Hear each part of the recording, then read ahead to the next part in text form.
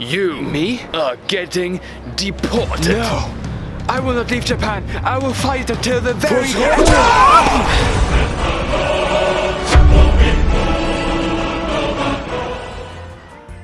During my exchange study in Japan, I was pondering very heavily. Should I stay there and build my livelihood over there? Isn't it all our collective dream to go and live in Japan in glorious Nippon, eat great food like ramen every day? Well, yeah, it is, I love that stuff. But I decided against going and living in Japan. Reason number 1. You know it already, don't you? The work culture. Yeah, the work culture is pretty damn awful in Japan, and even as a German who love working, I mean, yeah, work is great. I love working.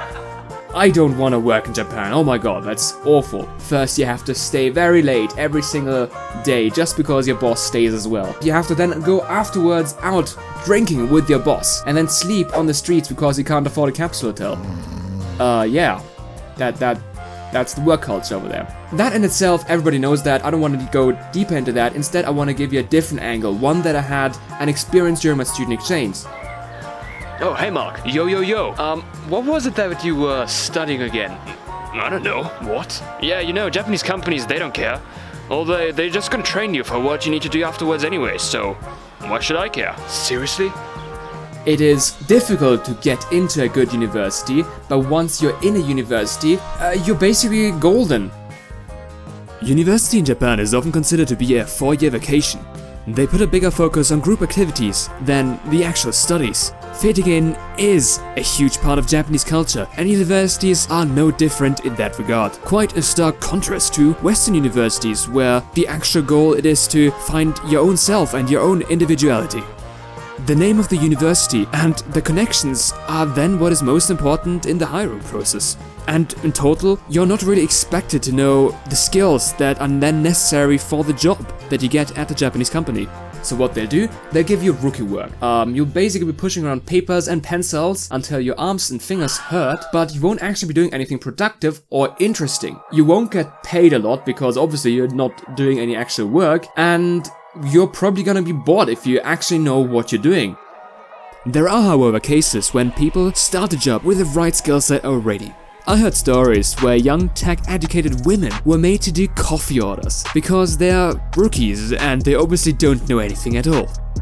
However, due to the rapidly changing scene of technology, those young women were sometimes actually the ones who knew what they were doing. Basically, the work culture is really poor for young people due to the importance of seniority in the Japanese society. Probably one of the biggest reasons, if not, well, I only have 3 reasons. This is one of the biggest reasons. This is probably the biggest reason out of the 3 why I chose against Japan. I mean, I'm sure you've heard of it. Japan, the sexless country, the low birth rate, the aging population, and all the other kind of doomsday sayings of Japan. And honestly, I don't think a lot of us have really realized that. It is true, Japan's population is declining and aging, and that brings along with it quite a few consequences, especially because Japan's debt to GDP ratio is at around 250%, or they have a debt of around $80,000 per citizen. $80,000 per citizen? That's crazy! With an aging population, this debt is only gonna get worse and higher and higher. It is postulated, it is said that the debt of Japan, its interest, is going to exceed the governmental tax revenue in 2042. And at that point of no return, the Japanese government won't be able to pay anything. They won't be able to afford pensions, they won't be able to afford social services, they won't be able to pay their own employees, the governmental employees. And that is, well, bad, real bad. On the bright side, before I spout too much doom and gloom, it is not quite that bad because Japan has quite a few trump cards up its sleeve. So here they are. Trump card number 1, immigration. Japan could open its borders for more people to work and live there. This should in theory increase tax revenues and thus help paying off the debt. Trump card number 2. Japan has a lot of government-owned assets such as buildings, landmarks, companies, and anime. Actually, I'm not so sure about the anime. These government-owned assets can be sold off to get the necessary money to pay back those loans. And it's precisely because of these assets that Japan still has a kind of leverage and has been able to manage the debt crisis compared to other countries like Greece, despite having a way larger debt level than those. Trump card number 3. The majority of its debt is owed to its own citizens, meaning the economic damage of a default would be highly contained within its own borders. And the last and final trump card, number 4. The Japanese government is in full control of its central bank. What this means is that they're able to print money to pay off their debt. Not joking. But in turn, this will cause the Japanese yen to be worth much, much less. This is gonna be really great for your next Japan holiday though, because then everything in Japan is gonna be super cheap, but it does really suck for everyone who does live in Japan. All of these solutions have huge downsides though, which is the reason why they haven't been implemented yet. Anyways, I don't really want anything to do with that. This is not my problem, I'm going home. Sitting inside your room and talking about stuff. The pinnacle of jvlogging. But anyways, the fourth reason.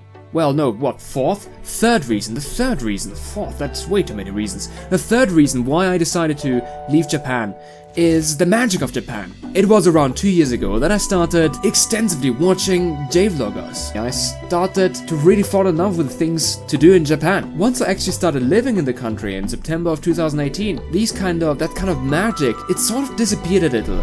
Because not only did I see now the big touristy things that I could do, but the normal life, the real Japan, that's an amazing phrase, the real Japan. Everybody always says, the real Japan. The real Japan is the countryside. It's the countryside of the countryside. That's the realest of the real Japan. Living in Japan normalized itself, and while that is a cool, good thing when you try to get integrated into a country, it kind of means that the magic kind of disappears, and this magic is basically the next reason why I left Japan. I wanted to feel that magic again, and for that I knew I couldn't live in Japan. Japan had to become a special place to me. It had to become a place that I really want to go to, that I really want to see again and see as much as possible. And for that I had to leave Japan, so I could enjoy it again. And in that case, the third reason isn't a negative reason about Japan at all, but more a positive one.